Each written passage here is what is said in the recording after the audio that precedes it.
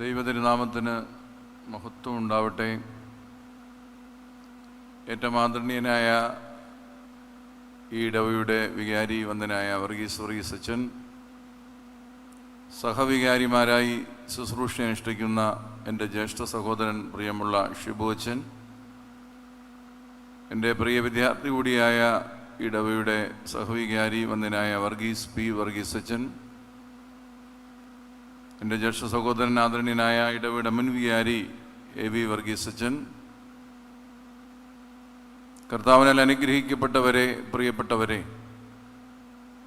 നാടും നഗരവും ഒരുങ്ങിയിരിക്കുന്നു.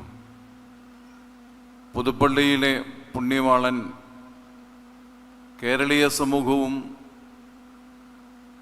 കേരളത്തിന് പുറത്ത് ദേശാന്തരങ്ങളിൽ വിശ്വാസി സമൂഹവും ഏറ്റെടുത്ത ഒരാത്മീയ സൗന്ദര്യവും ആത്മീയ സൗരഭ്യവുമാണ്. ആ സഹദായുടെ മധ്യസ്ഥതയിൽ കണ്ണുനീരോടെ കടന്നു വരുന്ന തീർത്ഥാടക സമൂഹം ഈ പുതുപ്പള്ളിയുടെ ഏറ്റവും വലിയ ശ്രേഷ്ഠതയും സൗഭാഗ്യവുമാണ്. അതുകൊണ്ട് ഇവിടെ മുമ്പ് സൂചിപ്പിക്കപ്പെട്ടതുപോലെ ഇതൊരു വലിയ വിശുദ്ധിയുടെ ഉത്സവമാണ്, വിശുദ്ധിയുടെ സംഗമ തീരമാണ്, തീർത്ഥാടനത്തിൻ്റെ നവ്യമായ അനുഭവമാണ്. മെയ് 5 പുതുപ്പള്ളിയുടെ വിവിധ കരകളിൽ നിന്നുള്ള തീർത്ഥാടകർ ഇവിടെ സമ്മേളിച്ച് പരിശുദ്ധനായ ഗീവർഗീസ് സഹദായെ ഞങ്ങൾക്ക് വേണ്ടി അപേക്ഷിക്കണമേ എന്ന പ്രാർത്ഥനാ മന്ത്രങ്ങൾ അന്തരീക്ഷത്തെ പവിത്രീകരിക്കുന്ന സുന്ദരങ്ങളായ അനുഭവമായ അതിസുന്ദരമായ ആത്മീയ അനുഭവത്തിൻ്റെ തലങ്ങളാണ്. വിശുദ്ധനായ ഗീവർഗീസ് സഹദായെപ്പറ്റി ഒരു അനുസ്മരണ പ്രഭാഷണത്തിന് വലിയ പ്രസക്തിയുണ്ട് എന്ന് ഞാൻ ചിന്തിക്കുന്നില്ല. നമ്മുടെ അമ്മമാർ മടിത്തട്ടിൽ തങ്ങളുടെ കുഞ്ഞുങ്ങളെ ഇരുത്തിക്കൊണ്ട് ചെറുപ്പകാലം മുതൽ കുതിരപ്പുറത്ത് സങ്കടങ്ങളുടെ മധ്യേ കടന്നു വരുന്ന ഈ പുണ്യവാളനെ പറ്റി അനുഗ്രഹീതപൂർണമായ നിരവധി അനുസ്മരണങ്ങൾ നിർവഹിച്ചിട്ടുണ്ട്. ആ അനുസ്മരണങ്ങളൊക്കെ നമ്മുടെ ജീവിതത്തിൻ്റെ ഭാഗമാണ്.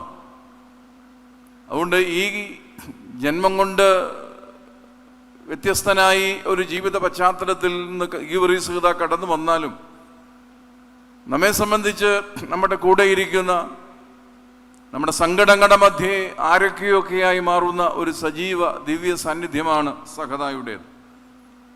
അപ്പോൾ തീർച്ചയായും ഗീവർഗീസ് സഹദായെ പറ്റി ഒരു അനുസ്മരണ പ്രഭാഷണം നടത്തുക എന്നത് തീർച്ചയായിട്ടും അത് അപൂർവമായി ജീവിതത്തിൽ ലഭിക്കുന്ന ഒരു അവസരവും ഒപ്പം അതൊരു വലിയ വെല്ലുവിളിയുമാണ് എന്നാണ് വ്യക്തിപരമായി ഞാൻ കരുതുന്നത്. എങ്കിലും 2025 വിഖ്യാതമായ പുതുപ്പള്ളി പെരുന്നാളിൻ്റെ അതിശ്രേഷ്ഠമായ ഈ തീർത്ഥാടക സംഗമ നിമിഷങ്ങളിൽ വിശുദ്ധനായ ഗീവർഗീസ് സഹദായെ അനുസ്മരിക്കുവാൻ തക്കവണ്ണം ഞാൻ പരിശ്രമിക്കുമ്പോൾ എൻ്റെ മനസ്സിലേക്ക് എത്തുന്ന വേദഭാഗം സങ്കീർത്തനം 63 സങ്കീർത്തനത്തിൻ്റെ 1-ാമത്തെ വാക്യമാണ്. സങ്കീർത്തനക്കാരൻ 63 സങ്കീർത്തനത്തിൻ്റെ 1-ാം വാക്യത്തിലൂടെ ദൈവത്തെ കണ്ടെത്തുവാനും ദൈവത്തെ പരിചയപ്പെടുത്തുവാനും ദൈവത്തെ വർണ്ണിക്കുവാനും പരിശ്രമിക്കുന്നുണ്ട്. ആ പരിശ്രമത്തിൻ്റെ ഭാഗമായി സങ്കീർത്തനക്കാരൻ പറയുന്നു, ദൈവമേ നീ എൻ്റെ ദൈവമാകുന്നു. സുന്ദരമായ ഒരു വേദഭാഗം. ദൈവമേ നീ എൻ്റെ ദൈവമാകുന്നു. Oh God, the what my God. ഇതൊരു ഉറപ്പിക്കലാണ്, ഇതൊരു കണ്ടെത്തലാണ്, ഇതൊരു വിശ്വാസ പ്രഖ്യാപനമാണ്. വിശുദ്ധനായ ഗീവർഗീസ് സഹദായെ രൂപപ്പെടുത്തിയത് ഈ കണ്ടെത്തലാണ്. വ്യത്യസ്തമായ ജീവിത സാഹചര്യങ്ങളിൽ ഒരുപക്ഷെ തികച്ചും ഭൗതികമെന്ന് വിശദീകരിക്കാമെന്ന, തികച്ചും സെക്കുലർ എന്ന് നമുക്ക് വിശേഷിപ്പിക്കുവാൻ കഴിയുന്ന തൻ്റെ പട്ടാള ഉദ്യോഗസ്ഥ ജീവിതത്തിൻ്റെ ഇടയിൽ ഗീവർഗീസ് തിരിച്ചറിഞ്ഞ അനുഭവമായ ഒരാത്മീയ സൗന്ദര്യം, ദൈവമേ നീ എൻ്റെ ദൈവമാകുന്നു. Oh God, the what my God. ഈ ഒരു തിരിച്ചറിവാണ് ലോകത്തെ മുഴുവനും വിസ്മയിപ്പിച്ച ഒരു വിശുദ്ധന്റെ പിറവി, 23-ാമത്തെ വയസ്സിൽ പിറന്ന ഒരു വിശുദ്ധ സാന്നിധ്യം, 23-ാമത്തെ വയസ്സിൽ ഗീവർഗീസ് രക്തസാക്ഷിയാകുകയാണ്. ലോകത്തെ മുഴുവൻ ആകർഷിച്ചൊരു ജീവിതം, 23-ാമത്തെ വയസ്സിന്റെ വിശുദ്ധിയുടെ വിസ്മയം. വിശുദ്ധനായ അഗസ്തീനോസ് പറയുന്നു, വിശുദ്ധി ഒരു മുൻയോഗ്യതയല്ല, വിശുദ്ധി ഒരു അനന്തര ഫലമാണ്. ആരുടെയും മുൻയോഗ്യതയല്ല വിശുദ്ധി, വിശുദ്ധി ഒരു അനന്തര ഫലമാണ്. ഒരു 23 വയസ്സുകാരനെ നാം എങ്ങനെ വിലയിരുത്തും? അദ്ദേഹത്തിന്റെ നിലപാടുകളെയും അദ്ദേഹത്തിന്റെ പ്രവർത്തനങ്ങളെയും നാം എങ്ങനെ വിശുദ്ധീകരിക്കും? ഒരുപക്ഷെ എടുത്തുചാട്ടക്കാരൻ എന്ന് നമുക്ക് ഇന്നത്തെ കാലഘട്ടത്തിന്റെ പശ്ചാത്തലത്തിൽ വിശദീകരിക്കാം. വീണ്ടും വിചാരമില്ലാതെ പട്ടാള ഉദ്യോഗസ്ഥൻ നഷ്ടപ്പെടുത്തിയ ഒരുത്തനെ ചിലരെങ്കിലും ഒരു എടുത്തുചാട്ടക്കാരൻ എന്ന് വിശേഷിപ്പിച്ചാൽ നമുക്കതിൽ കൗതുകങ്ങളൊന്നുമില്ല. പക്ഷെ 23-ാമത്തെ വയസ്സിൽ രക്തസാക്ഷിത്വത്തിന്റെ വിശുദ്ധിയിലേക്ക്, തന്റെ രക്ഷകന്റെ വെളിയുടെ പൂർണ്ണ ബോധ്യങ്ങളിലേക്ക്, തങ്ങളുടെ രക്ഷകന്റെ സൗധത്തിലേക്കുള്ള ആത്മാർപ്പണമായ അന്വേഷണത്തിലേക്ക് ചുവടുകൾ വെച്ച ഗീവർഗീസ് സഹദ. എങ്ങനെയാണ് ഗീവർഗീസ് ഒരു സഹദയായി രൂപപ്പെട്ടത്? നമുക്ക് ഗീവർഗീസ് സഹദയുടെ ജീവിത പശ്ചാത്തലങ്ങൾ വളരെ വ്യക്തമാണ്. കപ്പദോക്കിയയിലെ വളരെ സമ്പന്നമായ ഒരു കുടുംബത്തിൽ ജനിച്ച് വളരെ ചെറുപ്പത്തിൽ തന്നെ തൻ്റെ പിതാവ് നഷ്ടപ്പെട്ട് അമ്മയോടൊപ്പം തൻ്റെ പിതാവിൻ്റെ ജന്മദേശമായ ടർക്കിയിൽ നിന്ന് പാലസ്തീനിലേക്ക് പലായനം ചെയ്യപ്പെട്ട ഒരു കുഞ്ഞ്, താങ്ങും തണലുമാകേണ്ട സ്വന്തം പിതാവ് നഷ്ടപ്പെട്ട് പലായനത്തിന് വിധേയനാകേണ്ടി വന്ന ഒരു ബാല്യം. അതിനുശേഷം പാലസ്തീന്റെ പ്രത്യേകിച്ച് റോമൻ സാമ്രാജ്യത്തിന്റെ കീഴിൽ നന്നേ ചെറുപ്പത്തിൽ തന്നെ നിർബന്ധിത പട്ടാള സേവനത്തിന് വിധേയമാക്കപ്പെട്ട ഒരു കൗമാരക്കാരന്റെ, ഒരു യൗവനക്കാരന്റെ ആശങ്കകൾ. ഇങ്ങനെ തുടങ്ങിയ ചില ജീവിതാനുഭവങ്ങളുടെ നടുവിലാണ് ഒരു സഹദ പിറക്കുന്നത്. ഒരുപക്ഷെ കൈപ്പേറിയ ജീവിതാനുഭവങ്ങളിൽ നിന്നാണ്, ഒരു പലായനത്തിന്റെ, നിർബന്ധിത പട്ടാള സേവനത്തിന്റെ ഒക്കെ നടുവിൽ നിന്നാണ് ഒരു സഹദായുടെ പിറവി നാം ചരിത്രത്തിൽ കണ്ടെത്തുന്നത്.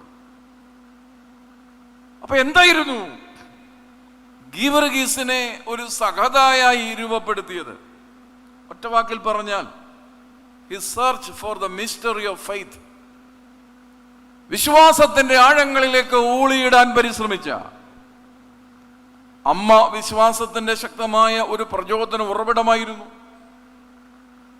അമ്മയിൽ നിന്ന് കേട്ടറിഞ്ഞ് അമ്മ പരിചയപ്പെടുത്തിയ, ജീവിത നമ്പരങ്ങളിലൊക്കെ നടുവത്തിലും ആ മാതാവ് പരിചയപ്പെടുത്തിയ ജീവിത അനുഭവങ്ങളുടെ നടുവിൽ നിന്നുകൊണ്ട് വിശ്വാസത്തിന്റെ രഹസ്യാത്മകതയിലേക്ക്, ക്രൈസ്തവ വിശ്വാസത്തിന്റെ രഹസ്യാത്മകതയിലേക്ക്, ആഴങ്ങളിലേക്ക് സഞ്ചരിക്കാൻ ശ്രമിച്ച ഒരു മനുഷ്യൻ.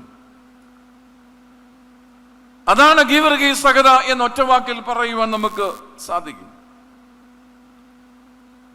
ഓരോരുത്തർ ഏറ്റെടുത്തിരിക്കുന്ന ഉദ്യോഗവുമായി ബന്ധപ്പെട്ട് അവരുടെ പരിസരങ്ങളിൽ പരിചിതങ്ങളായ ചില പദങ്ങളുണ്ട്.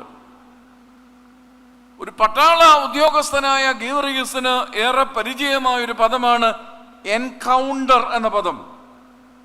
അതൊന്നും പട്ടാള ജീവിതത്തിന്റെ ഭാഗമാണ് ഈ എൻകൗണ്ടർ മിഷൻസ്.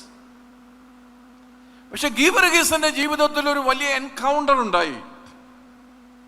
ആ എൻകൗണ്ടർ ആയുധങ്ങളുടെ എൻകൗണ്ടർ അല്ല,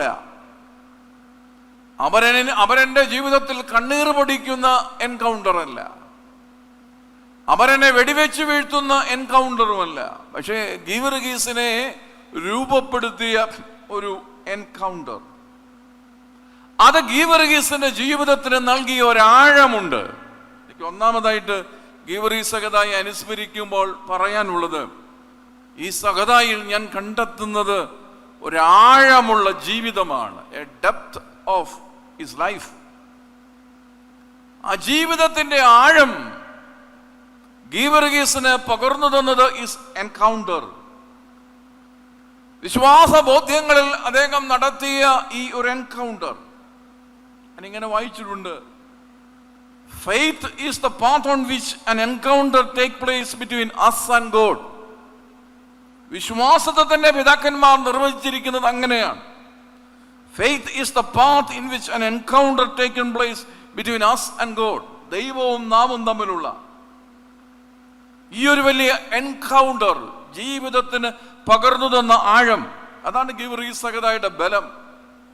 അതാണ് ഒരു സഹദായെ രൂപപ്പെടുത്തി. ഇത് വേദപുസ്തകത്തിൽ നിരവധി ഘട്ടങ്ങളിൽ നാം കാണുന്നുണ്ട്. ഹാഗാറിനെ പരിചയപ്പെടുമ്പോൾ വഴിയറിയാതെ, ദിശയറിയാതെ, എങ്ങോട്ട് പോകണം എന്നറിയാതെ, കോപത്തിനും ക്രോധത്തിനും നിരാശയ്ക്കുമൊക്കെ അടിമപ്പെട്ട് സഞ്ചരിക്കുന്ന ഹാഗാർ, ആ ഹാഗാറിന് ഒരു ദിശാബോധം കൈവരിക്കുന്നത് ദൈവദൂതനുമായുള്ള എൻകൗണ്ടറിലൂടെയാണ്.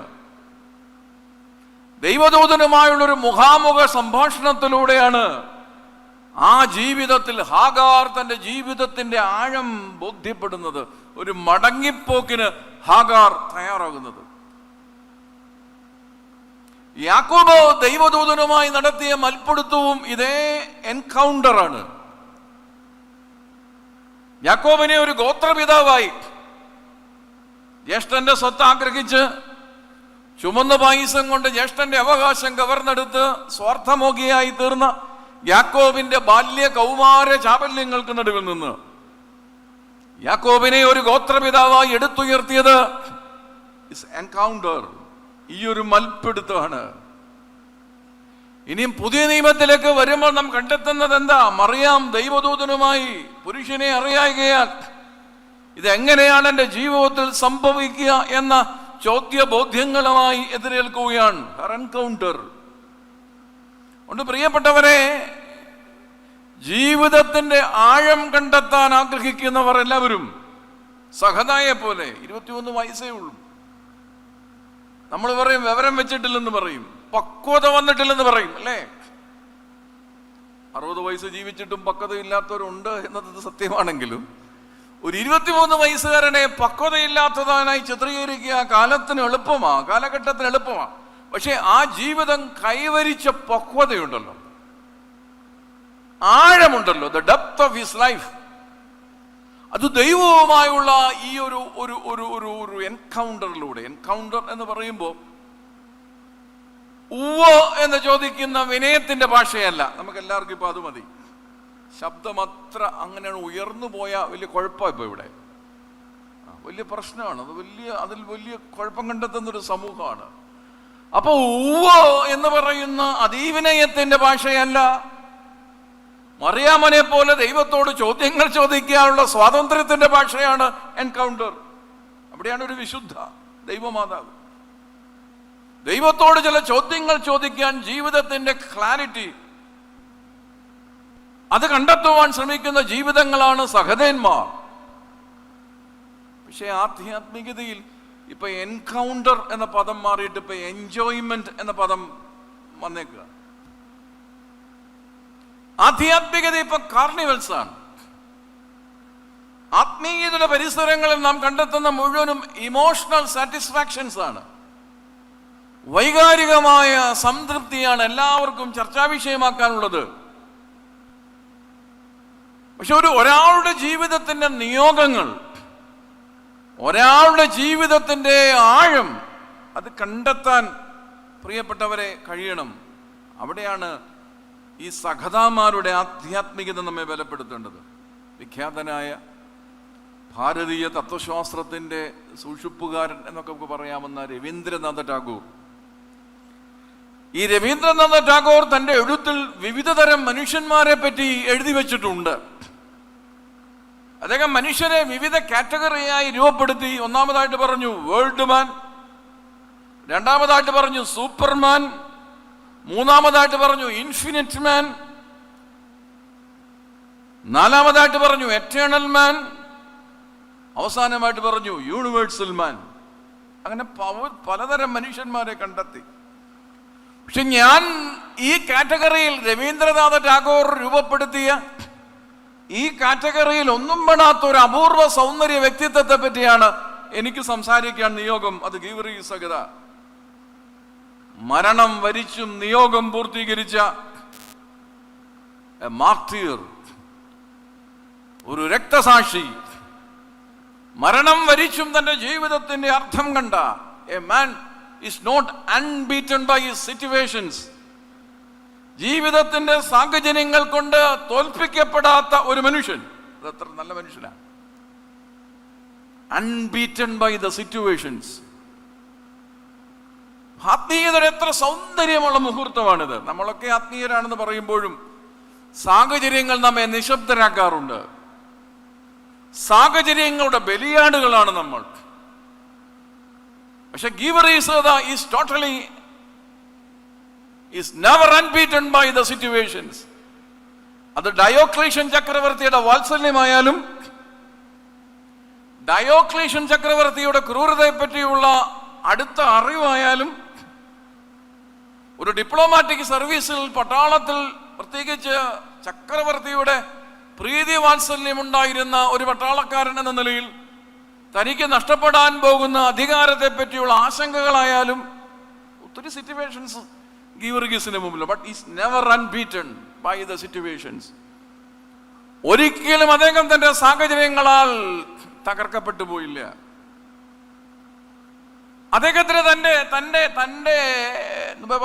താൻ എൻകൗണ്ടറിലൂടെ ദൈവവുമായുള്ള അമ്മയാണ് ആ വിശ്വാസത്തിന്റെ ആഴം അവനിൽ സന്നിവേശിക്കപ്പെട്ടത്.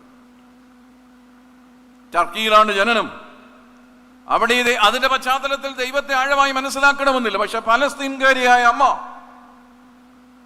സഹദായിക്ക് പകർന്നു കൊടുത്ത ആ വിശ്വാസത്തെ നിരന്തരം ദൈവവുമായുള്ള എൻകൗണ്ടറിലൂടെ ശക്തീകരിക്കുമ്പോൾ is never unbeaten by the situations even through his martyrdom. രക്തസാക്ഷിത്വം പോലും ഒരു അത് ടാഗോർ നിർവഹിച്ച കാറ്റഗറിക്കൊക്കെ വെളിയിലാ. മനുഷ്യൻ നിർവഹിച്ച എല്ലാ കാറ്റഗറിക്കും വെളിയിലായി നമുക്കത് കണ്ടെത്തുവാൻ തക്കവണ്ണം കഴിയും. പ്രിയപ്പെട്ടവരെ, ഈ ആശയങ്ങൾക്ക് വേണ്ടി നിലനിൽക്കുക എന്നതൊരു വലിയ നിയോഗമാണ്. എന്താണെന്നറിഞ്ഞുകൂടാ, ഈ ലോകത്തിൽ നമ്മൾ കാണുന്നത് ചാഞ്ചാട്ടമുള്ള മനുഷ്യരെയാണ്. എന്തുള്ള മനുഷ്യരെയാണ്? വീവറിംഗ് സ്റ്റെപ്സ്. ചാഞ്ചാട്ടമുള്ള മനുഷ്യരെയാണ്. ഈ ചാഞ്ചാട്ടമുള്ള മനുഷ്യർക്ക് ഒരു ലോകത്തെ ശരിയായ ദിശാബോധം നൽകുവാൻ കഴുത്തും കൃപയും ആർജിച്ചവരാണ് എന്ന് എനിക്ക് തോന്നുന്നില്ല. രണ്ടു തരം കൂട്ടരുണ്ടെന്നാ പറയാ. എറിഞ്ഞു തകർക്കുന്നവരും പറഞ്ഞു തകർക്കുന്നവരും. രണ്ട് കൂട്ടരുണ്ട്. ഇവരുടെ മധ്യത്തിലാണ് ഒരു സകത രൂപപ്പെടുന്നത്. എറിഞ്ഞു തകർക്കുന്നവരും പറഞ്ഞു തകർക്കുന്നവരും. പറഞ്ഞു തകർക്കുന്നവരും ഇപ്പം കൂടുതലാണ്. അപ്പൊ അതിനുള്ള സാധ്യത, ഇതൊരു നവമാധ്യമ ലോകമാണല്ലോ. പക്ഷെ എറിഞ്ഞു തകർക്കുന്നവരുടെ നടുവിലും പറഞ്ഞു തകർക്കുന്നവരുടെ നടുവിലും തകരണമോ എന്ന് ചിന്തിക്കേണ്ടത് നാമ. അത് നമ്മുടെ ഉത്തരവാദിത്വം. ഇപ്പോൾ ഡയോക്ലീഷ്യൻ തന്റെ ജീവിതത്തിന്റെ ഭീഷണിയാണെങ്കിൽ പോലും തന്റെ നിലപാടുകൾ അത് ഉയർത്തിപ്പിടിക്കണമോ എന്ന് ചിന്തിക്കേണ്ടത് ആരാണ്? ഗീവർഗീസിന് അതിനകത്ത് യാതൊരു കോംപ്രമൈസും ഇല്ലേ? ഒരു കോംപ്രമൈസും ഇല്ലാതെ. കാരണം ഗീവർഗീസിന് താൻ ആരാണെന്ന് അറിയാമായിരുന്നു. ന്യൂ ദംസെൽസ് എന്ന് പറയുന്നത് ഒരു വലിയ കാര്യമാണ്. നമ്മുടെ പലരുടെയും പ്രശ്നം അതാണ്. ഞാൻ ആരാണെന്ന് നമുക്ക് അറിഞ്ഞുകൂടാ. സത്യത്തിൽ നാം ആരാണെന്ന് നിർണയിക്കുന്നത് മറ്റു പലരുമാകുന്നതാണ് നമ്മുടെ പ്രശ്നം. അല്ലെ, മറ്റു പലരും അവകാശപ്പെടുന്നു ഞങ്ങളാണ് നിങ്ങളെ ഡിഫൈൻ ചെയ്യുന്നത്. അല്ല, ന്യൂ ദംസെൽസ്. നാം നമ്മെ തന്നെ അറിയുന്നു. നമ്മെ തന്നെ അറിഞ്ഞവൻ അവനെ മരണത്തിന് വെല്ലുവിളിക്കാൻ കഴിയില്ല. അവന് മുമ്പിൽ മരണം ഒരു പ്രഹേളികയല്ല. അവന് മുമ്പിൽ ജീവിതം ഉയർത്തുന്ന ഒരു വൈതരണികളും ഒരു പ്രതിസന്ധിയല്ല. അങ്ങനെ ചിന്തിക്കുന്നവരൊക്കെ ഉണ്ടാവും. അവര് തോറ്റുപോകുകയുള്ളൂ. കാരണം വിശുദ്ധനായ ക്രൈസ്തവ സഭയുടെ ആദ്യത്തെ രക്തസാക്ഷി വിശുദ്ധനായ സ്തെഫാനോസ്, സഹതാമാരിൽ അഗ്രഗണ്യൻ, പാറക്കല്ലുകൾ കൊണ്ട് ജീവിതം തീർന്നു പോയില്ല. അതിന്റെ ഉള്ളിൽ ഒരു അഗ്നി നക്ഷത്രം പോലെ അത് ഉദിച്ചു വരികയാണ്. എന്താണ് ഒരു സഹതായുടെ കരുത്ത്? എന്താണ് ഒരു വിശുദ്ധന്റെ കരുത്ത്? രണ്ട് കാര്യങ്ങളാണെന്നാണ് പിതാക്കന്മാരുടെ എഴുത്തിലൂടെ എനിക്ക് ബോധ്യമായത്. ഒന്ന്, ഉയരങ്ങളിലേക്കുള്ള ആരോഹണവും ആഴങ്ങളിലേക്കുള്ള സഞ്ചാരവും. ഉയരങ്ങളിലേക്കുള്ള ആരോഹണവും ആഴങ്ങളിലേക്കുള്ള സഞ്ചാരവും. ദൈവശാസ്ത്രത്തിലെ അതുല്യ പ്രഭകൾ എന്നറിയപ്പെടുന്ന നിസായിലെ വിശുദ്ധനായ ഗ്രിഗോറിയോസും നാസിയാൻസിലെ വിശുദ്ധനായ ഗ്രിഗോറിയോസും മോശയുടെ പർവ്വതാരോഹണത്തെ ഒരാത്മീയ പ്രക്രിയയായിട്ടാണ് വ്യാഖ്യാനിച്ചിരിക്കുന്നത്. അതിൽ 3 കാര്യങ്ങൾ എടുത്തു പറഞ്ഞിട്ടുണ്ട് പിതാക്കന്മാർ. ആത്മീയതയുടെ സഞ്ചാരവാദത്തെ പറ്റി 3 കാര്യങ്ങൾ ഈ 2 അനുഗ്രഹീത പിതാക്കന്മാർ എഴുതി. ഒന്ന്, അത് ഒരിക്കലും നിലയ്ക്കാത്ത യാത്രയാണ്. ഒരിക്കലും പർവ്വതത്തിന്റെ ഉയരമോ പർവ്വതങ്ങളിൽ ലഭിക്കാതിരിക്കുന്ന ഓക്സിജന്റെ ലഭ്യതക്കുറവോ അതിന്റെ ഒരിക്കലും നിലയ്ക്കാത്തൊരു യാത്ര. 2, ഒരിക്കലും പിന്തിരിയാത്തൊരു യാത്രയാണ്. ഒരിക്കലും നിലയ്ക്കുന്നില്ലെന്നല്ല, ഒരു ഘട്ടത്തിൽ പോലും ഒന്ന് മടങ്ങിപ്പോയിരുന്നെങ്കിൽ എന്ന് ചിന്തിക്കാത്ത ഒരു യാത്രയാണത്. 3, ലക്ഷ്യബോധ ഭാരമില്ല അവിടെ. നമ്മുടെ സമൂഹത്തിന്റെ ഏറ്റവും വലിയ രോഗം ഡെസ്റ്റിനേഷൻ സിക്നെസ് ആണ് എന്നാണ്. ഡെസ്റ്റിനേഷൻ സിക്നെസ് ആണ് ഈ കാലഘട്ടത്തിന്റെ ഏറ്റവും വലിയ പ്രശ്നമെങ്കിൽ പർവ്വതത്തിലേക്ക് യാത്ര ചെയ്യുന്ന ദീർഘദർശിമാരിൽ തലവനായ മോശ ഇതിനെയൊക്കെ അതിജീവിച്ചുകൊണ്ട് തന്റെ നിയോഗങ്ങളിലേക്ക്, തന്റെ ആഴങ്ങളിലേക്ക്, നിയോഗങ്ങളുടെ ആഴങ്ങളിലേക്ക് തന്റെ യാത്ര അനസ്യൂതം കൊണ്ടുപോവുകയാണ്. അപ്പൊ അതുകൊണ്ട് സഹതായുടെ ജീവിതം എന്ന് പറയുമ്പോൾ സഹത തന്റെ എൻകൗണ്ടറിലൂടെ കണ്ടെത്തിയ the depth of his life. ജീവിതത്തിന്റെ ഒരു ആഴമുണ്ട്. ആ ആഴമാണ് ഒരു രക്തസാക്ഷിയെ രൂപപ്പെടുത്തിയത്. രക്തസാക്ഷി എന്നൊക്കെ പറയുമ്പോ പറയാനൊക്കെ എളുപ്പമാ. ഒരു രക്തസാക്ഷിയുടെ ജീവിത തലം, ഒരു സഖത രൂപപ്പെട്ടു വന്നത് എന്ന് ഓർക്കുക. അപ്പൊ ഒന്നാമതായി സഖതായെ അനുസ്മരിക്കുമ്പോൾ എനിക്ക് തോന്നുന്നത് His encounter provides him the depth of his life. ജീവിതത്തിന്റെ ആഴം, ക്രിസ്തുവുമായുള്ള, പരമകാരുണ്യവനായ തന്റെ രക്ഷകനുമായുള്ള ഈ ആത്മബന്ധത്തിലൂടെ ഈ സഖത ആർജിച്ചിരുന്നു എന്ന്. രണ്ടാമതായി ഗീവറീസകതായെ ഓർക്കുമ്പോൾ എൻ്റെ മനസ്സിലുള്ളത് ആ ജീവിതം ഒരു അർത്ഥമുള്ള ജീവിതമാണ്. ആഴമുള്ളൊരു ജീവിതത്തോടൊപ്പം തന്നെ രണ്ടാമതായ ജീവിതം ഒരു അർത്ഥമുള്ള ജീവിതമാണ്. ഈ അർത്ഥം എന്നതിന് മലയാളത്തിൽ നിരവധി അർത്ഥങ്ങളുണ്ട്. അല്ലെങ്കിൽ തന്നെ ഞാനിപ്പം ചില പദങ്ങൾ ഉപയോഗിക്കുമ്പോൾ സൂക്ഷിക്കണം. ഞാൻ എന്തു പറയുന്നു എന്ന് ചിന്തിച്ച് ആകാംക്ഷപ്പെടുന്ന ഒരു വലിയ വിഭാഗമുണ്ട്. അപ്പം അതുകൊണ്ട് അർത്ഥമുള്ള ജീവിതം എന്ന് പറയുമ്പോൾ അർത്ഥം എന്നതിന് ദ്രവ്യം എന്ന അർത്ഥമുണ്ട്. പക്ഷെ അർത്ഥം എന്നത് ജീവിതത്തിന്റെ നിയോഗങ്ങളെ പറ്റിയുള്ള ദ മീനിങ്. എന്താണ് തന്റെ ജീവിതത്തിന്റെ നിയോഗം? ഉണ്ടുറങ്ങുക എന്നതാണോ? അതോ തന്റെ പ്രൊഫഷണൽ കരിയറിന്റെ ഉള്ളിൽ തളച്ചിടുക എന്നതാണോ? അതാണോ എൻ്റെ ജീവിതത്തിന്റെ അർത്ഥം എന്ന് ഗീവറീസ് തന്നോട് തന്നെ ചോദിച്ചു. ഒരു കരിയറിസത്തിന്റെ നടുവിൽ തീർന്നു പോകേണ്ടതാണോ എൻ്റെ ജീവിതം? ആണോ? കരിയർ ഗുരുക്കന്മാരെ വളച്ചിട്ട് ഇരുമ്പ് മറകൾക്കുള്ളിൽ തീർന്നു പോകേണ്ടവനാണോ എൻ്റെ ജീവിതം? അപ്പൊ അവിടെയാണ് അച്ഛൻ രണ്ടാമതൊരു പദം ഉപയോഗിക്കുന്നത്. ഒന്ന്, ഞാൻ എൻകൗണ്ടറിനെ പറ്റി പറഞ്ഞു. 2, റിനൗൺസ്മെന്റ് എന്ന പദം ഉപയോഗിക്കുന്നു, നിരാകരണം. സഹതാമാരുടെ ജീവിതത്തെ പറ്റി പറയും ഇറ്റ്സ് എ സ്പിരിച്വാലിറ്റി ഓഫ് റിനൗൺസ്മെന്റ് എന്ന് പിതാക്കന്മാർ പറയും. ഒരു നിരാകരണം. അതത്ര പോസിറ്റീവായിട്ടല്ല നമ്മൾ കാണുന്നില്ലേ. കിട്ടുന്നതൊക്കെ സ്വീകരിക്കുന്നതാണ് മിടുക്കിന്റെ ലക്ഷണം എന്നാണ് നമ്മുടെ ഒരു പണ്ഡിത മതം. എല്ലാത്തിനോടും യേശു പറയുന്നതാണ് ജീവിതമെന്നാണ് നമ്മുടെ കാഴ്ചപ്പാട്. എന്നാൽ ചിലതിനെയൊക്കെ നിരാകരിക്കാൻ ഉള്ള കരുത്ത് സഹതന്മാരുടെ ജീവിതത്തിന്റെ സൗന്ദര്യം. ഇപ്പൊ ആധ്യാത്മികത പോലും കിട്ടുന്ന കോടികളുടെ കണക്കിലാണ് നാം വിശദീകരിക്കുന്നത്. ആധുനിക അപ്പോസ്തലന്മാർക്ക് ലഭിക്കുന്ന വെളിപാടുകൾ പോലും കോടികളുടെ പശ്ചാത്തലത്തിലാണ് അവർ വിശദീകരിക്കുന്നത്. പക്ഷെ ഇവിടെ ഇതാ ഒരു സഖത, ഈ സ്പിരിച്വാലിറ്റി ഓഫ് റിനൗൺസ്മെന്റ്, നിരാകരണത്തിന്റെ ഒരു ആത്മീയതയെ പറ്റി പറയുകയാണ്. അർത്ഥം എന്താണ് ജീവിതത്തിന്? നമുക്കറിയാം, ഈ അർത്ഥമില്ലാത്ത നിർമ്മിതികൾ കൂടിക്കൂടി വരുന്ന ഒരു കാലത്താണ് ജീവിക്കുന്നത്. പല നിർമ്മിതികളുമുണ്ട്, പക്ഷെ ആ നിർമ്മിതികൾക്ക് എന്തില്ല? ഉദാഹരണത്തിനായി 2-3 ദിവസമായി AI ടെക്നോളജി ഉപയോഗിച്ച് നിർമ്മിച്ചൊരു പോപ്പുണ്ട്.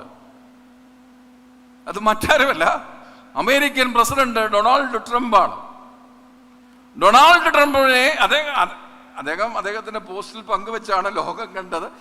ഇനി അദ്ദേഹത്തെ കളിയാക്കാൻ വേണ്ടി ചെയ്താന്നൊന്നും എനിക്കറിഞ്ഞുകൂടാ. പക്ഷേ AI ടെക്നോളജിയിലൂടെ ഡൊണാൾഡ് ട്രംപിന്റെ ചിത്രം എന്ന ലോകം, പക്ഷെ ആർക്കും അതൊരു കോമഡിയായിട്ട് പോലും തോന്നുന്നില്ല. ചിലപ്പോൾ നമുക്കറിയാം, നമ്മൾ ഈ ട്രോളുകളുടെ ലോകത്ത് ജീവിക്കുമ്പോൾ ചിലതൊക്കെ നമ്മളൊരു കോമഡിയായിട്ടെങ്കിലും ആസ്വദിക്കാറുണ്ട്. പക്ഷെ ഇന്നത്തെ ലോകത്തിന് അതൊരു കോമഡിയായിട്ട് പോലും കാണുന്നില്ല. കാരണം അതിനകത്ത് അർത്ഥം കണ്ടെത്താൻ കഴിഞ്ഞില്ല ഈ സമൂഹത്തിന്. ഡൊണാൾഡ് ട്രംപിനെ അമേരിക്കൻ പ്രസിഡന്റായി നമ്മൾ അംഗീകരിക്കും. കാരണം അദ്ദേഹം മഹത്തായ അമേരിക്കൻ ജനാധിപത്യ വ്യവസ്ഥയിലൂടെ ഉയർന്നു വന്ന ഒരാളാണ്. തീർച്ചയായിട്ടും നമുക്ക് അംഗീകരിക്കും. ഇതുപോലെ പല നിർമ്മിതി കേരളത്തിലുണ്ട് കേട്ടോ.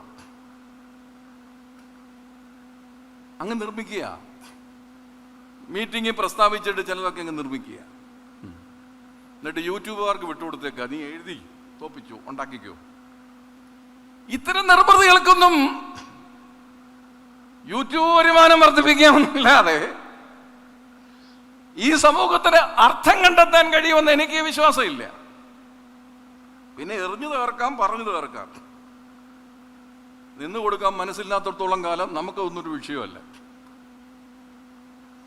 നിന്ന് തരാൻ മനസ്സില്ലാത്തടത്തോളം കാലം അത് നമുക്കൊരു വിഷയമല്ല. ഇങ്ങനെ അർത്ഥമില്ലാത്ത നിർമ്മിതികൾ ലോകത്തിൽ വിവിധ സ്ഥാനങ്ങളുണ്ട്. ആ സ്ഥാനങ്ങൾക്കൊക്കെ അതിൻ്റെ കെട്ടുറപ്പുണ്ട്. ആ സ്ഥാനങ്ങൾക്കൊക്കെ അതിനുള്ള ഡെഫിനിഷൻസ് ഉണ്ട്. അതിൻ്റെയൊക്കെ അപ്പുറമായി കാണുന്ന നിർമ്മിതികൾ, ആ നിർമ്മിതിയെ ലോകമൊരിക്കലും ഒരു കോമഡിയായിട്ട് പോലും അംഗീകരിക്കില്ല എന്നോർക്കുക. അതുകൊണ്ട് അർത്ഥം വളരെ പ്രധാനപ്പെട്ടതാ. അർത്ഥമുള്ള ഒരു നിർമ്മിതികൾ. ഗീവറീസ് തന്റെ ജീവിതത്തിന്റെ അർത്ഥം തേടി, what is the meaning of my life? എന്താണ് എന്റെ ജീവിതത്തിന്റെ അർത്ഥം? What is my mission? എന്റെ ജീവിതത്തിന്റെ നിയോഗം എന്താ? പക്ഷേ ഗീവർഗീസ് തന്റെ ജീവിതത്തിന്റെ അർത്ഥം തേടിയപ്പോ ഡയോക്ലീഷ്യൻ ചക്രവർത്തി ഗീവർഗീസിനെ ഗണിച്ചത് രാജ്യദ്രോഹിയായിട്ടാണ്. അങ്ങനെയുണ്ട്. അതുകൊണ്ടാണല്ലോ രക്തസാക്ഷിത്വം വഹിക്കേണ്ടി വരുന്നത്. പക്ഷേ ഇത് ധൈര്യപൂർവമായ ചുവടുവെപ്പുകൾക്ക്, ധൈര്യപൂർവമായ നിലപാടുകൾക്കൊന്നും ഗീവർഗീസിന്റെ മുമ്പിൽ ഒരു തടസ്സമായിരുന്നില്ല. എനിക്ക് തോന്നുന്നു നമ്മുടെ ചുറ്റുപാടും ഇമേജിന്റെ തടവറക്കാരാ കൂടുതലും. എന്താണ്? എല്ലാവരും ഇമേജിന്റെ തടവറക്കാരാണ്. അതുകൊണ്ട് ഈ ധൈര്യപൂർവമായ നിലപാടുകളോ ധൈര്യപൂർവമായ ഭാഷയോ അതില്ലാത്ത അവസ്ഥയാണ് ഇപ്പം വിനയം എന്ന് പറഞ്ഞുകൊണ്ട് നിർവചിക്കുന്നത്. എനിക്കറിഞ്ഞുകൂടാ, അതിനെയാണിപ്പം വിനയം എന്ന് പറയുന്നത്. ധൈര്യപൂർവമായ നിലപാടുകളും ധൈര്യപൂർവമായ ഭാഷയും. ഞാൻ 2 കപ്പദോക്യൻ പിതാക്കന്മാരെ ഉന്നയിച്ചു. വിശുദ്ധനായ നാസിയാൻസിലെ ഗ്രിഗോറിയോസും നിസായിലെ ഗ്രിഗോറിയോസും ഒക്കെ പറഞ്ഞു. ആ പിതാക്കന്മാരെ പറ്റി അവരെ പറ്റി പഠിച്ചവരെഴുതുന്നത്, ആ പിതാക്കന്മാരുടെ വലിയ പ്രത്യേകത ധൈര്യപൂർവമായൊരു ഭാഷ അവർക്കുണ്ടായിരുന്നു. A language courage. ധൈര്യപൂർവമായൊരു ഭാഷ അവർക്കുണ്ടായിരുന്നു. ഒരു പ്രിയപ്പെട്ടവരെ, ജീവിതത്തിന്റെ അർത്ഥമുള്ളവർക്ക്, അർത്ഥം തേടുന്നവർക്ക്, ഈ അർത്ഥമില്ലാതെ നിർമ്മിക്കുന്നവരെ പറ്റി നമുക്ക് എന്നാ പറയാനാ?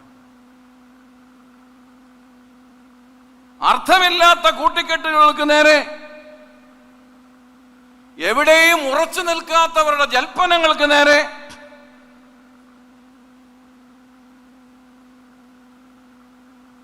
മാസങ്ങൾ കൊണ്ടും വർഷങ്ങൾ കൊണ്ടും പല നിലപാടുകൾ സ്വന്തമാക്കിയവർക്ക് നേരെ നമുക്കൊന്നും പറയാനില്ല.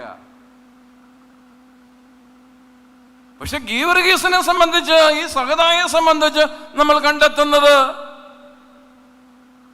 ജീവിതത്തിന്റെ അർത്ഥം, ആഴം കണ്ടെത്തിയ ഒരു മനുഷ്യൻ പിന്നെ അർത്ഥമാണ് തേടുക. ഫിലിപ്പി ലേഖനം 3-ാം അധ്യായത്തിന്റെ 13-ാമത്തെ വാക്യത്തിൽ പൗലോസ് ശ്ലീഹ പറയുന്നുണ്ടല്ലോ, മുമ്പിലുള്ളത് ആഞ്ഞും കൊണ്ട്. എന്താണ് മുമ്പിലുള്ളത്? ആഞ്ഞുകൊണ്ട്.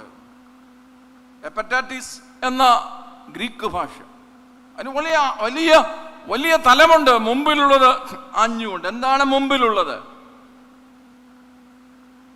സഹദാന്റെ ജീവിതത്തിന്റെ നിയോഗങ്ങളെ ലക്ഷ്യമാക്കി യാത്രയാക്കുകയാണ്. ആ യാത്രയെ അങ്ങ് തടുത്തു നിർത്താം എന്ന് കരുതുന്നവർ ഗീവർഗീസിന്റെ കാലത്തുണ്ടായിരുന്നു.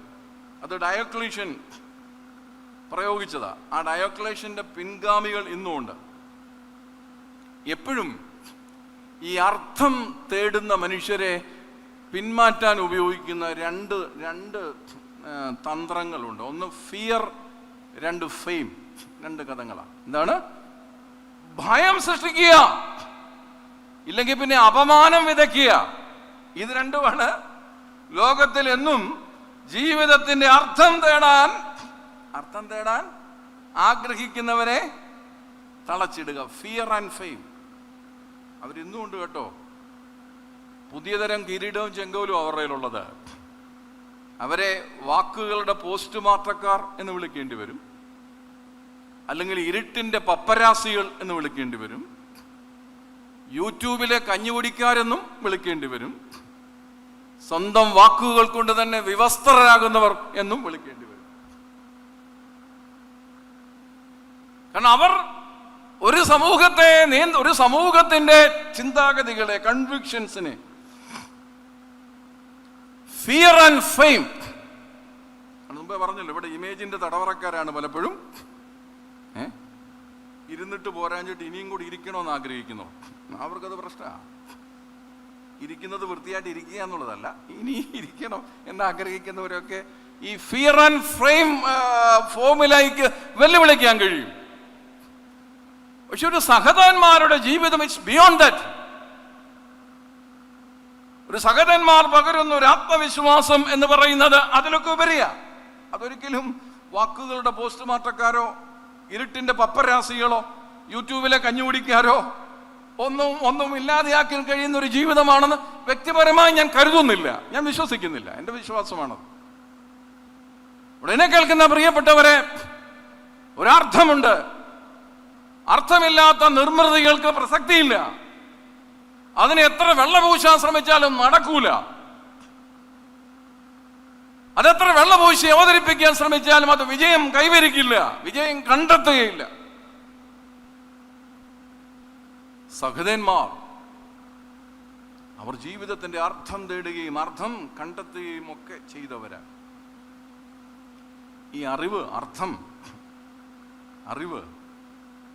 അറിവ് പൗരസ്ത്യ ഭാരതീയ പാരമ്പര്യത്തിൽ ഗുരുമുഖത്ത് നിന്നാണ് ആർജിക്കുന്നത്. എന്തോ മുഖത്തുനിന്ന ഗുരുവുമായി ഇങ്ങനെ നേരെ നിന്ന. പക്ഷേ നമ്മുടെ സഭയുടെ ഏറ്റവും പ്രഗത്ഭനായ ദൈവശാസ്ത്രജ്ഞൻ KM ജോർജും പറഞ്ഞു, ഇപ്പം ഗുരുമുഖമല്ല തിരമുഖമാണുള്ളത്. എന്തോ മുഖം?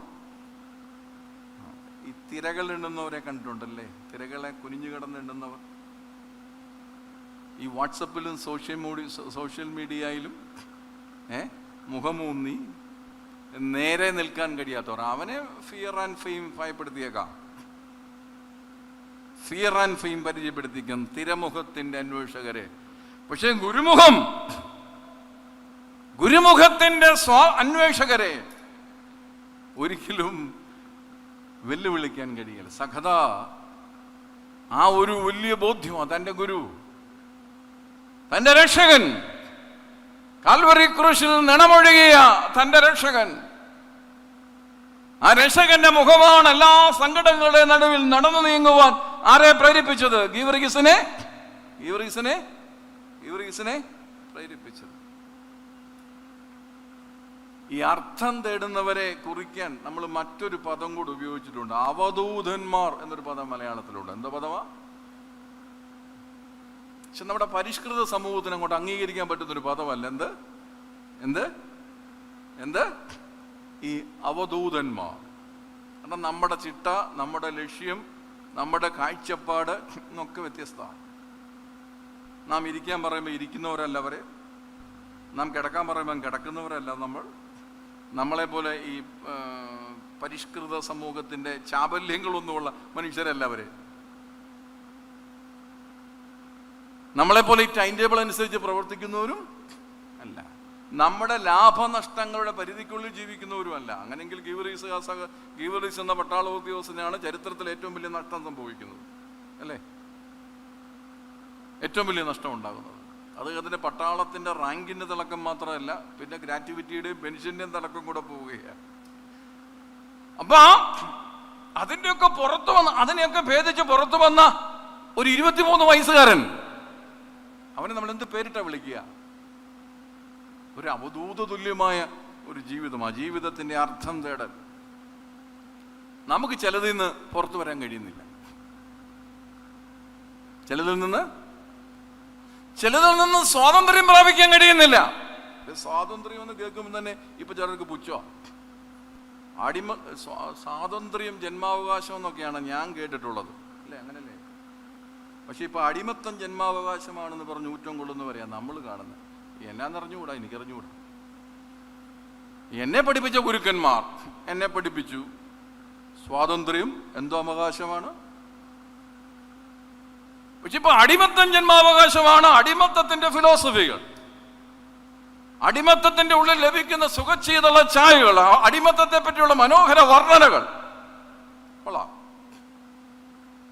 പക്ഷെ സഹത ഡയോക്ലീഷ്യന്റെ അന്തഃപുരത്തിൽ ചക്രവർത്തിയുടെ ആജ്ഞയുടെ തലങ്ങളിൽ ഉള്ളിൽ ഉള്ള ഒരു സുരക്ഷിതത്വം, അത് സുരക്ഷിതത്വമാണെന്നാണ് പലരുടെ അഭിപ്രായം. അതങ്ങനെ അഭിപ്രായപ്പെട്ടോട്ടെ അവർ. പക്ഷെ തെരുവുകളുടെ അനാഥത്വങ്ങളുടെ നടുവിൽ ഗീവർഗീസിന് ആസ്വദിക്കാൻ കഴിഞ്ഞിട്ടുണ്ട്. കൊട്ടാരം വിട്ട് തെരുവിലേക്ക് ഇറങ്ങിയപ്പോ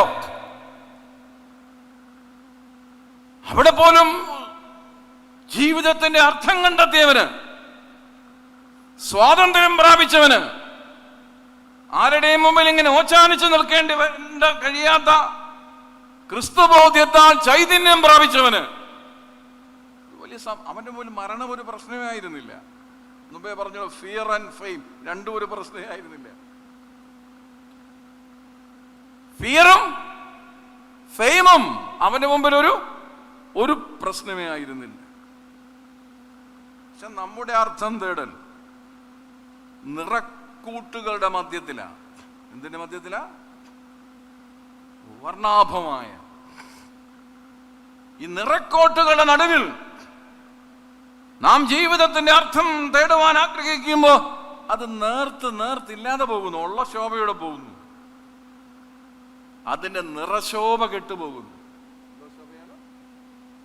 അതിന്റെ നിറവും അതിന്റെ ചാരുതയും അതിന്റെ ഭംഗിയും അതിന്റെ സൗന്ദര്യവും അതിന്റെ ശ്രേഷ്ഠയും അവയ്ക്കുള്ളതെല്ലാം നഷ്ടപ്പെട്ടു പോകുന്നു. പക്ഷെ അച്ഛൻ അനുസ്മരിക്കുന്നത് ഉദയശോഭ കണ്ടെത്തിയൊരു സഹതായെ പറ്റിയാണ്. എന്തോ ശോഭയാണ്? ഉദയസൂര്യന്റെ ഉജ്ജ്വല തേജസ് സ്വന്തമാക്കിയ ഒരു ഉദയശോഭ കൈവരിക്കപ്പെട്ട അനുഗ്രഹീതമായൊരു ജീവിതം. അതാണ് ഗീവർഗീസതായിൽ നമുക്ക് കണ്ടെത്താൻ തക്കവണ്ണം സാധിക്കുക. പ്രിയപ്പെട്ടവരെ, what is the meaning of our life? ഈ സകതായുടെ മധ്യസ്ഥതയിൽ അഭയം തേടുന്നവൻ ചോദിക്കണം, എന്താ എൻ്റെ ജീവിതത്തിൻ്റെ അർത്ഥം? അർത്ഥം തേടലാണ് ആത്മീയത.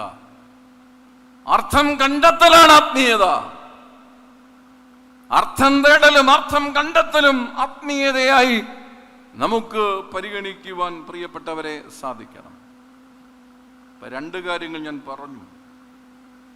ഒന്ന്, ഒരു എൻകൗണ്ടറിലൂടെ ജീവിതത്തിന്റെ ആഴം ആ വിശുദ്ധൻ കണ്ടെത്തി.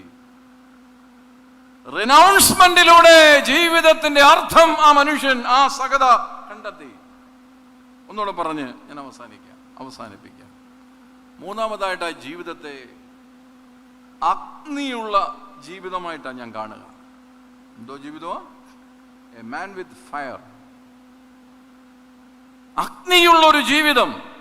നമ്മൾ സ്പാർക്ക് എന്നൊക്കെ പറയാറില്ല. എന്താണ്? അല്ല, പിള്ളേരിപ്പം വൈബ് എന്നൊക്കെ പറയും. സ്പാർക്കൊക്കെ മാറ്റിയിട്ട് എന്താക്കി മാറ്റി? ഒരു സ്പാർക്കുണ്ട്. ആ സ്പാർക്കാണ് ജാതി മത വർണ്ണ വർഗ വ്യത്യാസം എന്നെ പലരെയും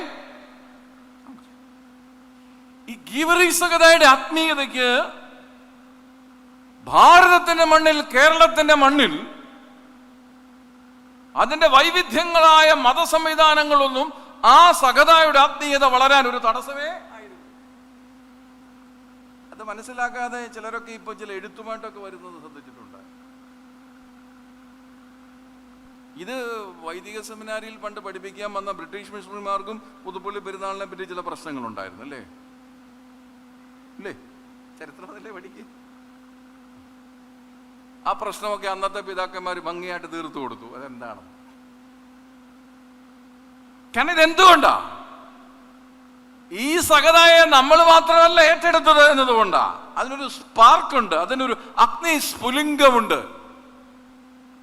വിവിധ മതബോധ്യങ്ങൾക്കിടയിലുള്ള ആളുകൾക്കും അവരുടെ മതവിശ്വാസങ്ങളുടെ ഉള്ളിൽ പോലും ഈ വിശുദ്ധന്റെ വിശുദ്ധിയുടെ തീജ്വാലകൾ സ്വീകരിക്കാൻ ഒരു ബുദ്ധിമുട്ടും അവൻ്റെതായ രീതികളിൽ ചിത്രം എഴുതിയിട്ടുണ്ട് ഗീവറീസിൻ്റെത്.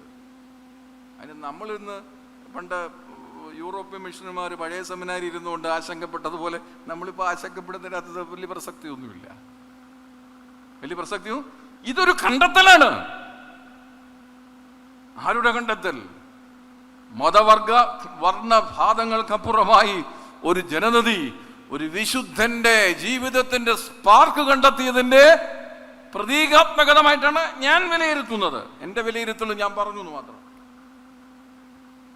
എന്നാൽ ഞാൻ ഗീവറീസകതയെ വിലയിരുത്തുന്നത് എങ്ങനെയാണെന്ന് ചോദിച്ചാൽ, അത് എൻ്റെ സഭയും വിശുദ്ധ വചനവും എനിക്ക് നൽകുന്ന ബോധ്യങ്ങളിൽ നിന്നുകൊണ്ട്. പക്ഷെ ഈ സമൂഹം വ്യത്യസ്തരായ ജനസഹസ്രങ്ങൾ, ജനകോടികൾ, ഭക്തസഹസ്രങ്ങൾ, അവരുടെയൊക്കെ ഉള്ളിൽ ഒരു സ്പാർക്കാണ്, ഒരു സ്ഫുലിംഗങ്ങളാണ്, അഗ്നി സ്ഫുലിംഗങ്ങളാണ് ആര് പ്രദാനം ചെയ്യുന്നത്? ഈ സകത.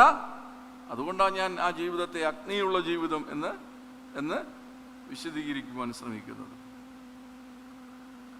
നമ്മുടെ ഒരു ജീവിത ദർശനം നിറയ്ക്കപ്പെടുന്ന ജീവിതത്തെ പറ്റിയാ. എന്തിനെ പറ്റിയാ? എപ്പോഴും കരിയറായാലും പ്രൊഫഷനായാലും എന്തായാലും അങ്ങ് നിറയ്ക്കപ്പെടണം. പക്ഷേ സഹത ക്രിസ്തുവിൻ്റെയും ക്രിസ്തു അപ്പോസ്തലന്മാരുടെയും ജീവിത ദൈനന്യം. കാൽവറിയിൽ നുറുക്കപ്പെട്ടവൻ ക്രിസ്തു. പൗലോസ് അപ്പോസ്തലൻ പറഞ്ഞു, ഞാൻ പാനീയ യാഗമായി ഒഴിക്കപ്പെടുന്നു. ഒരു ഒഴിക്കപ്പെടുന്ന ജീവിതം, അതിനൊരു സ്പാർക്കുണ്ട് കേട്ടോ. അതാണ് സകതായുടെ ജീവിതം. അതെന്തുകൊണ്ടാ പറ്റുക? അതിന്റെ പേരാണ് ഇലൂമിനേഷൻ. മൂന്നാമതായിട്ട് പറയാനുള്ളത് ഇലുമിനേഷൻ, പ്രകാശീകരണം. ഇപ്പൊ 3 പൗരസ്ത്യ പദങ്ങൾ ഞാൻ പറഞ്ഞു: എൻകൗണ്ടർ, റിനൗൺസ്മെന്റ് ആൻഡ് ഇലൂമിനേഷൻ. നമ്മുടെ വിളി തന്നെ അത് തന്നെയാ. മാമോദീസ എന്ന കൂദാശയിലൂടെ നാം വിളിക്കപ്പെട്ടത് പ്രകാശത്തിന്റെ പുത്രനാകാനാ. മാമോദീസ കൂദാശ നമുക്ക് നൽകിയത് പ്രകാശത്തിന്റെ വസ്ത്രം. ഒരു ഭക്തന്റെ വിളി എന്തിലേക്കാണ്? പക്ഷെ ഇലൂമിനേഷൻ എന്ന് പറയുന്നത് നമ്മളിപ്പോൾ ഒത്തിരി ഈ പെരുന്നാളിനോടനുബന്ധിച്ച് ഇലൂമിനേഷൻ തെറ്റിദ്ധരിക്കപ്പെട്ടത് നമുക്ക് കെട്ടുകയും കെടുകയും ചെയ്യുന്നതാ. ഇപ്പൊ എന്ത് അങ്ങനെ എന്തോ ഒരു അട്രിബ്യൂട്ടഡ് മീനിങ് ഇപ്പൊ വന്നു കഴിഞ്ഞു. ഇലൂമിനേഷൻ എന്ന് പറഞ്ഞ കെട്ടുകയും ഇടയ്ക്ക് കെടണം, ഇടയ്ക്ക് കത്തണം, അങ്ങനെയല്ല. ഇലൂമിനേഷൻ അതൊരാളുടെ ജീവിതത്തിൽ സ്ഫുലിംഗങ്ങളെ പ്രദാനം ചെയ്യുന്നതാ. എന്തോ പ്രദാനം ചെയ്യുന്ന? അഗ്നി സ്ഫുലിംഗങ്ങളെ പ്രദാനം ചെയ്യുന്നതാ, അവരിൽ സ്പാർക്ക് പ്രദാനം ചെയ്യുന്നതാ. പൗരസ്ത്യ സഭ പറയുന്നത് ഇലൂമിനേറ്റഡ് ബൈ ഗ്രേസ്, കൃപ കൊണ്ട് പ്രകാശീകരിക്കപ്പെട്ടവർ. സഹത, കൃപയാൽ പ്രകാശീകരിക്കപ്പെട്ടവർ അവരാണ് ആര്? സഹത, പ്രകാശത്തിന്റെ സാന്നിധ്യം. അല്ലെങ്കിൽ ഞാനൊരു സാമൂഹിക ദൈവശാസ്ത്രത്തിൽ പഠിപ്പിക്കുന്ന അധ്യാപനം, ഞങ്ങൾ പറയും ഇറ്റ്സ് ആൻ ഇവോൾഡ് കോൺഷ്യസ്നസ്. ഞാൻ അച്ഛനൊക്കെ പഠിപ്പിച്ചതാ. ഇവോൾഡ് കോൺഷ്യസ്നസ്, അതൊരു പുതിയ ബോധോദയമാണ്. ഗീവറീസഹതയുടെ വളരെ വിഖ്യാതമായ ഒരു ചിത്രമുണ്ടല്ലോ അല്ലേ? ഗീവറീസഹത എന്ന് പറയുമ്പോൾ അതിന്റെ വിഖ്യാതമായ ചിത്രം, അത് നിങ്ങൾ മനസ്സിലാക്കിയിരിക്കുന്ന പോലെ 12ാം നൂറ്റാണ്ടിൽ മാത്രം പ്രചാരമർജിച്ച ഒരു ചിത്രമാണ്. 3ാം നൂറ്റാണ്ടിൽ AD 303 ഗീവറീസിന്റെ ജീവിത പരിസരത്തിൽ നടന്നൊരു സംഭവം. പക്ഷെ അത് പോപ്പുലറൈസ് ചെയ്യുന്നത് 12ാം നൂറ്റാണ്ടിന്റെ ഗ്രീക്ക് ഓർത്തഡോക്സ് സഭയുടെ ഒരു പ്രത്യേക മിഷന്റെ ഭാഗമായി യൂത്തിനെ അട്രാക്ട് ചെയ്യാനായി യൂത്തിന്റെ ഇടയിൽ കാറ്റഗിസം, വിശ്വാസ ബോധനം ശക്തിയാർജിക്കാൻ വേണ്ടി പ്രചരിപ്പിച്ച ഒന്നാണ് ഗീവറീസഹതയുടെ ഈ ഒരു വ്യാളിയുമായി അല്ലെങ്കിൽ പാമ്പുമായി ഒക്കെ ഉള്ള ചിത്രം. പക്ഷെ അതിൽ ഞാൻ കാണുന്നത് ഇറ്റ്സ് ആൻ ഇവോൾഡ് കോൺഷ്യസ്നസ്. കാരണം സമൂഹത്തിന്റെ വേദനകളിൽ നിന്ന് എനിക്ക് മാറി നിൽക്കാൻ കഴിയില്ല എന്ന ഇവോൾഡ് കോൺഷ്യസ്നസ്, അതൊരു സ്പാർക്കാണ്. അതൊരു സ്പാർക്കാണ്, അതൊരു അഗ്നി സ്ഫുലിംഗമാണ്. ഒരു സഹതായുടെ ജീവിതം, ഞാനിൽ നിന്ന് മാറി നിൽക്കാൻ എനിക്ക് കഴിയില്ല, ഞാനതിന്റെ ഭാഗമാണ്. അവിടെ എൻ്റെ ജീവത്യാഗം എൻ്റെ മുമ്പിൽ ഒരു പ്രശ്നമല്ല. എൻ്റെ ജീവത്യാഗം എൻ്റെ മുമ്പിൽ ഒരു വിഷയമല്ല.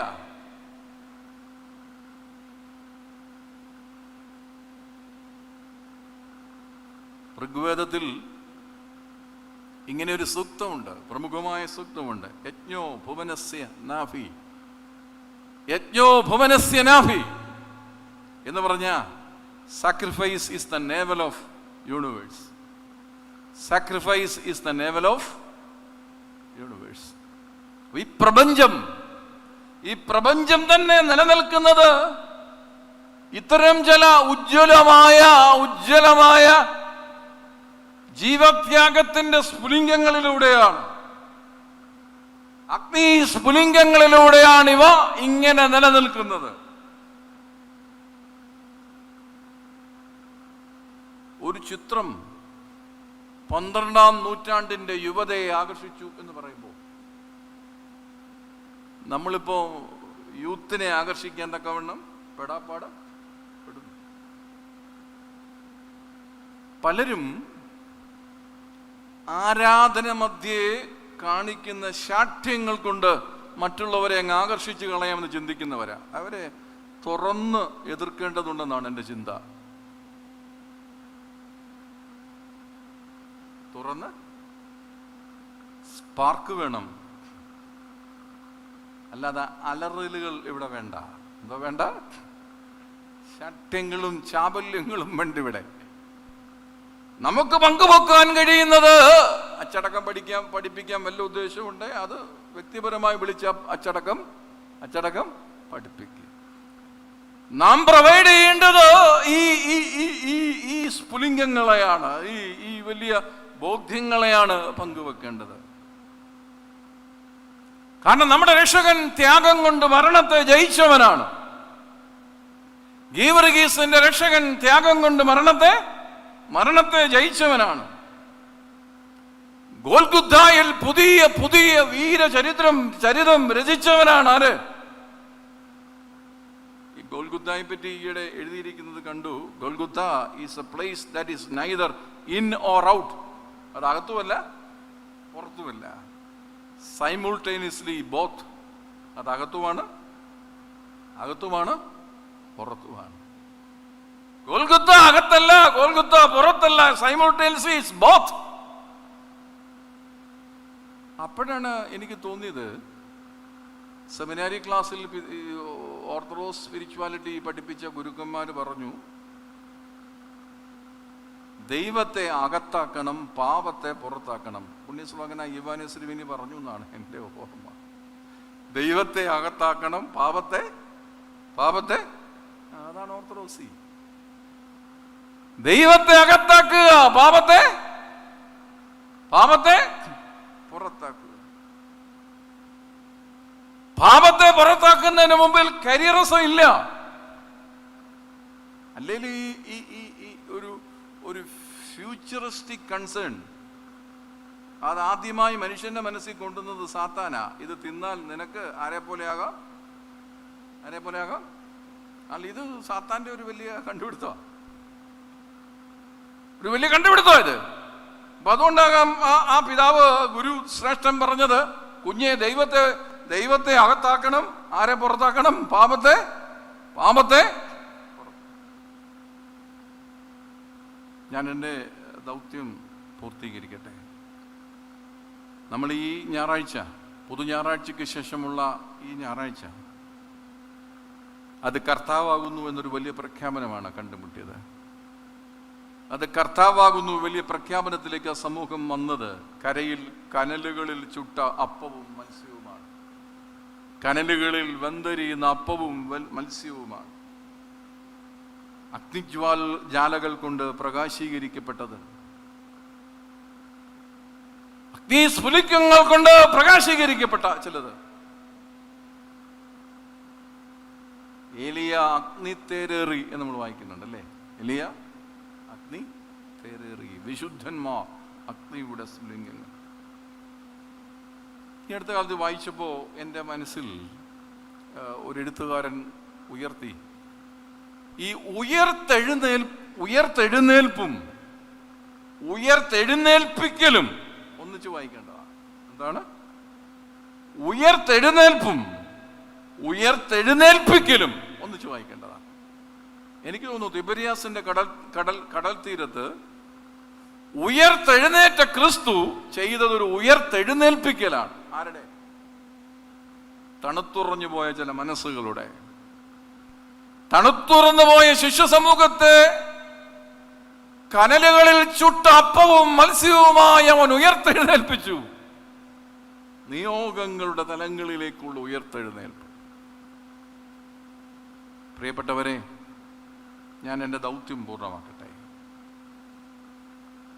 ചെറുപ്പം മുതലേ ഒരു ഉണർത്തുപാട്ട് പോലെ കാതോരം കൈമാറിയ ഗീവറീസ് സഹതായി മറ്റൊരു അനുസ്മരണം അത് വർഗീസച്ചൻ എന്നിൽ നൽകിയപ്പോൾ എനിക്ക് വലിയ ആശങ്കയാണ് ഉണ്ടായത്. ഇനി എന്താണ് പറയാനുള്ളത്? ഞാൻ ഒത്തിരി പ്രാർത്ഥിച്ചു, ദൈവമേ ഇത് എന്താണ് പറയാനുള്ളത്? പ്രിയപ്പെട്ടവരെ, 3 തലങ്ങളിൽ നിന്നുകൊണ്ട് ഈ സഹതായയുടെ അനുസ്മരണം നിർവഹിപ്പാനാണ് ഞാൻ പരിശ്രമിച്ചത്. കാരണം സങ്കീർത്തനക്കാരൻ 63-ാമത്തെ സങ്കീർത്തനത്തിൽ പറഞ്ഞു, ദൈവമേ നീ എൻ്റെ ദൈവത്തെ നമ്മൾ എങ്ങനെ കണ്ടുമുട്ടുന്നേ? നമുക്കെങ്ങനെയാണ് oh God the what my God എന്ന് എപ്പോഴും പറയാൻ പറ്റുന്നത് എങ്ങനെയാ? 3 കാര്യങ്ങൾ വേണം. ആഴം വേണമെങ്കിൽ ദൈവവുമായ ഒരു എൻകൗണ്ടർ വേണം. സഹതായിക്ക് അത് ഉണ്ടായിരുന്നു. 2 അർത്ഥം വേണമെങ്കിൽ ഒരു റിനൗൺസ്മെന്റ് വേണം. അതും സഹതായിക്കുണ്ടായിരുന്നു. 3 അഗ്നിയുള്ള സ്ഫുലിംഗങ്ങളുള്ള ജീവിതം, അതിനൊരു ഇലൂമിനേഷൻ വേണം. ഈ പവിത്രമായ വേദി എനിക്കായി ക്രമീകരിച്ചതിൽ എൻ്റെ ജ്യേഷ്ഠ സഹോദരൻ വർഗീസച്ചനോട്, സഹവികാരിയായ ഷിബുവച്ചൻ, വർഗീസച്ചൻ, അങ്ങനെ AV വർഗീസച്ചൻ, എന്നെ വിവിധ മാധ്യമങ്ങളിലൂടെയും കേട്ട എല്ലാവരോടുമുള്ള നന്ദി സ്നേഹവും അറിയിച്ച് വാക്കുകൾ ചുരുക്കുന്നു. ഗീവറീസ് സഹതയുടെ മധ്യസ്ഥത നമുക്ക് കോട്ടയായിരിക്കട്ടെ.